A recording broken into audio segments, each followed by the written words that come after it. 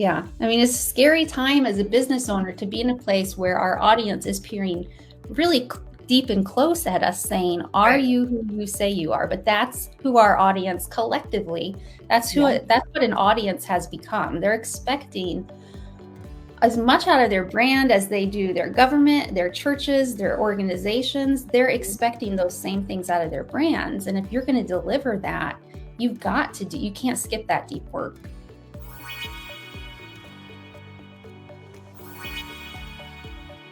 Right. Oh, so interesting. So what would you say, what is maybe one of the easiest, perhaps the most often neglected ways to show up with an authentic marketing message? Yeah. You know, when we create our message, one of the things that one of the, like the overarching pieces of advice, I've said it, I'm sure Mhm. you've said it, Yeah. audience has heard it. It's not about you, right? It's not about Right. you. It's about your audience. And while that's true, Mhm. that when it comes to building our brand and that foundational piece, I'm Yeah. going to turn that on its head and say it actually is very much about you. Yeah. Um, it has to be. You have to understand who you are. So what, you know, I said when I was 39, 6 years ago, I uh, formed my business. I had lived enough life. I had 4 kids. I had had careers. I had lived a diverse life. I'm pretty self-aware, sometimes too self-aware to my detriment. And so I didn't think that I needed to do this work. Mm. Not that I had it figured out, but connecting who I was off brand to who I am on brand, Yeah. that's a different kind of work. And I wasn't prepared to have to do that. And so I got, 1 to 2 years into my business, and I'm like, I've followed all the formulas. I've done all these step-by-step things, and this just doesn't feel like me. Like it Mm. wasn't working internally, deep in my soul, it just wasn't working. And so I had to go back and ask myself some pretty identity finding questions. Like, Mhm. who is Lindsay? Like, to her core, who is she? What strengths am I bringing on that mountain path journey? What strengths am I showing up with? What weaknesses are going to try to sabotage me? That's a big one. Like, Mhm. we all have these inherent weaknesses and strengths, and some of our weaknesses we can work to overcome, but there's Mhm. others that are just like an inherent part of who we are. I'm very Yeah. introverted. Networking is a weakness of mine because I prefer my dark corner in the room. And so I know I have to work to overcome that, but there's other things that I just have to structure my business around, that no matter how much I try to write them out of Lindsay, it's just not going to happen. So I needed to know my weaknesses, and then I needed to think about what stories consistently connect me to others, because those are the pieces that I'm going to want to make sure somehow show up in my brand story, in my messaging, in the way that I structure my process, and maybe even in my service offerings, how I decide to show up. Like, I know I'm not going to ever create this large group program where I'm taking 100 people through at a time, because that's not how I work. And so when I have tried to do that, because I have, it's like backpedaling. Like, what were and anybody who knows me, it's like, I don't know what you were thinking, Lindsay. Like, that's not you. Yeah.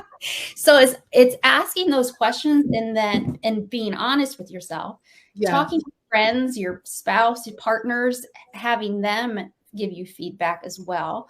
And then being brave enough to honor the answers, and then Yeah. building a business around that. Well, I remember when we started working together, how you asked some pretty deep questions, Mhm. Mhm. right? Right. And Right. it really required some introspection Right. to be able to Absolutely. answer that.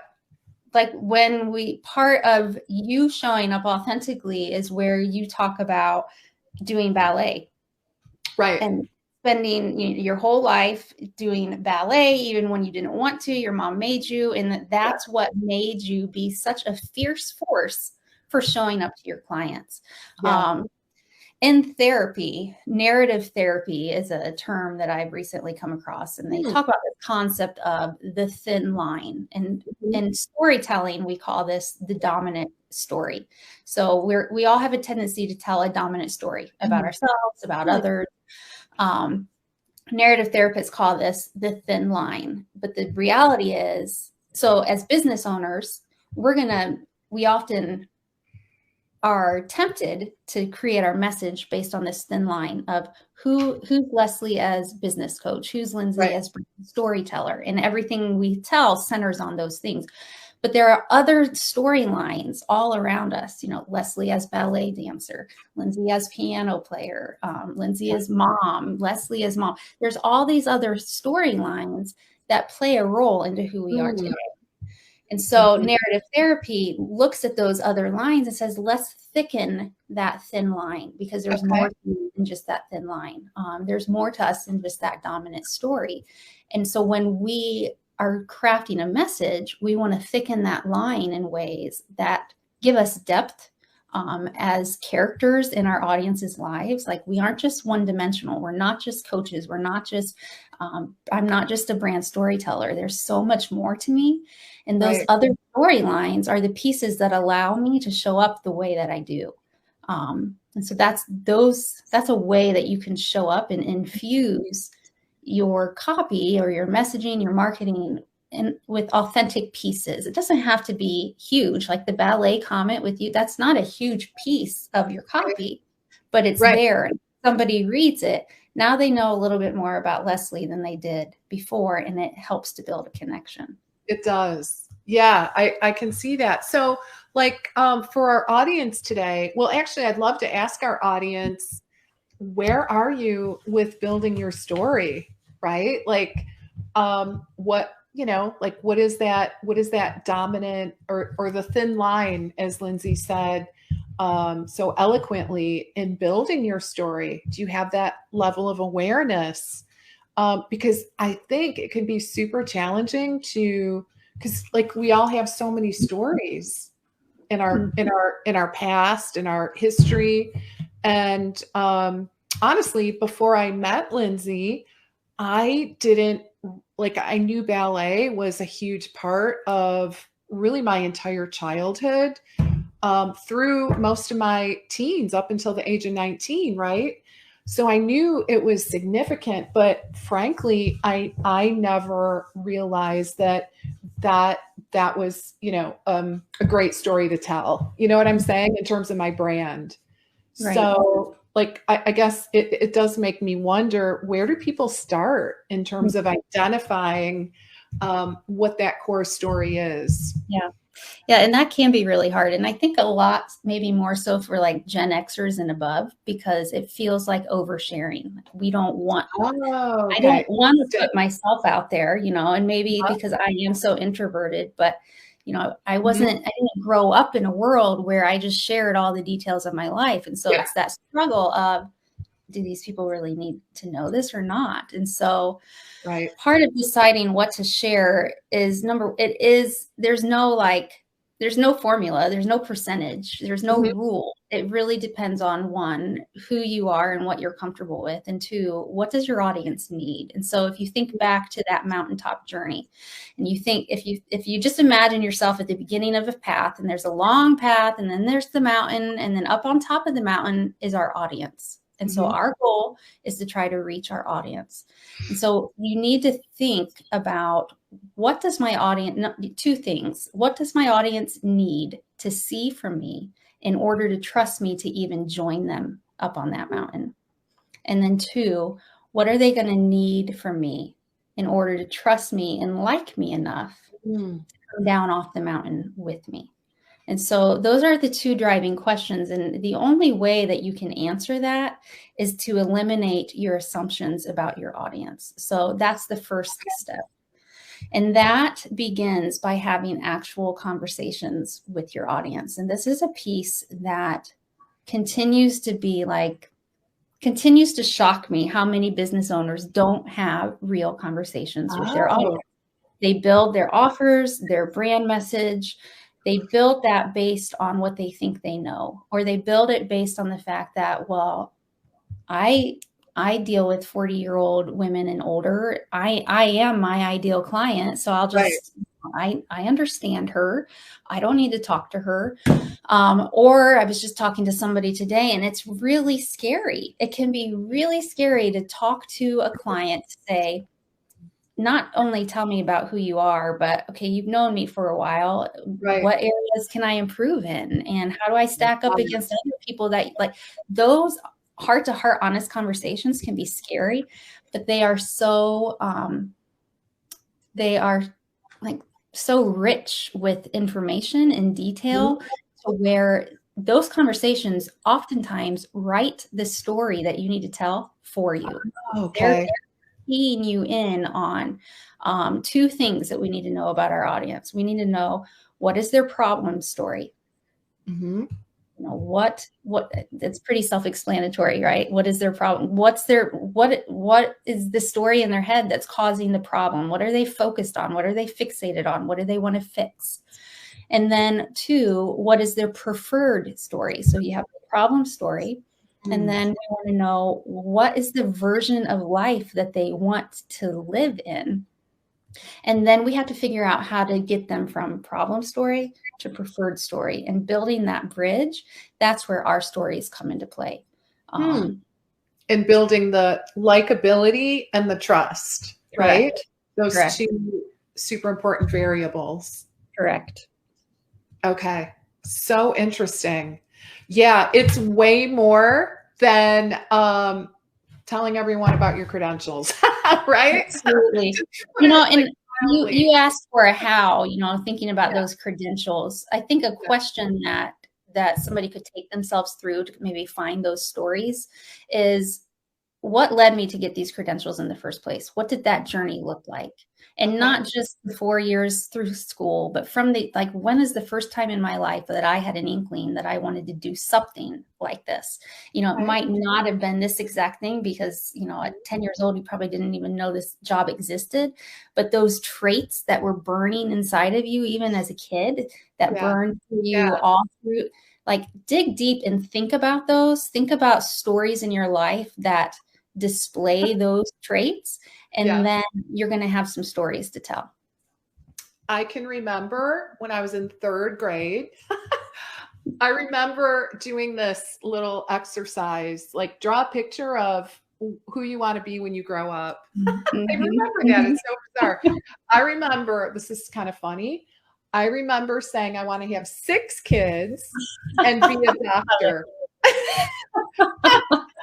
6 kids, and be a doctor. I was like, it wasn't like I was vacillating with, it was like, this is it. So pretty funny. Definitely this, you know, the science thing. It's just there. Like, you can't, like, make someone want to, it's just, I just think it's who you are. Yep. Absolutely. Yeah. So it's so funny. Did you want to be a writer even when you were a kid? Oh yeah. I always say I wrote my first book and stapled it together and stuck it in my days of the week underwear drawer when I was like 6. You know, I was always writing, always telling stories. Sometimes fascinating, Lindsay. Stories in unethical ways sometimes, you know, to get myself out of detention and things like that. Oh my God. So funny. So you were who you are. Absolutely. Even at the age of 6. I just find that so interesting, you know, when you think back. Yeah. So how do you actually make your clients feel seen and heard? Let's talk a little bit about that. Yeah. I think it goes back to number one, that having the conversation with them. Because when you have those real conversations with your clients, you start using language that isn't just familiar to them, it is their language. And so that's the biggest piece of the puzzle right there, and making them feel seen and heard, is having conversations and listening to them. And then, you know, when you do that, and think back to that mountain metaphor, if they trust you enough to get to them, And I said, then you have to figure out how to get them down off of the mountain. To me, in marketing and branding language, that is what messages and services are you going to offer to actually convince them that it's worth coming down with you? And this is another big piece of the puzzle where we can sabotage our own marketing efforts because we create something that either we just think is, the greatest thing since sliced bread, or something that we needed, but it isn't something that's reflecting what your audience really needs. And so if you're creating programs, messages, or programs, services, offers that really get to the core of that problem story that they have, that's going to show them how they can cross that bridge to that preferred story. How else you can make them feel seen or heard. Let me see if I have anything on my notes that I haven't talked about. I feel like I've talked a lot about some of these things. I think another piece is a mistake that we will sometimes make, especially when we're just starting out, is that we feel like we have to be in all the places at once, right? We have to be on Facebook, we have to be on Instagram, we have to be on LinkedIn, we have to have a YouTube channel. Like everything at once, right?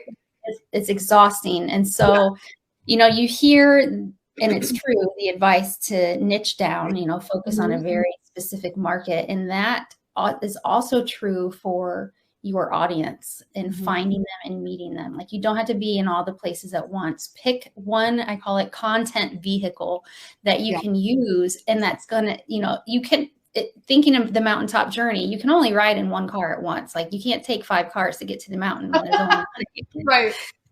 So which one are you going to take? For me, it's LinkedIn. For me, my style is writing. I'm not good I don't like to do YouTube videos. I just don't like it. Like, I can do it. I just don't, I don't like it. And so you got to do what you like. Yeah. Otherwise you won't do it. Exactly. And it takes experimenting, being willing to try it and fail. But when you do that, when you narrow down, that allows you to go deep and wide with your audience. And when you do that, you can see and hear them because you're reaching a very specific group of people, as opposed to just shooting all of it and just hoping, it just lands on somebody. Oh, that's so those would be two urgent but simple things I think that people can apply. Yeah. Talk to your audience and then to your audience. Vehicle. So huge. Vehicle. Yeah.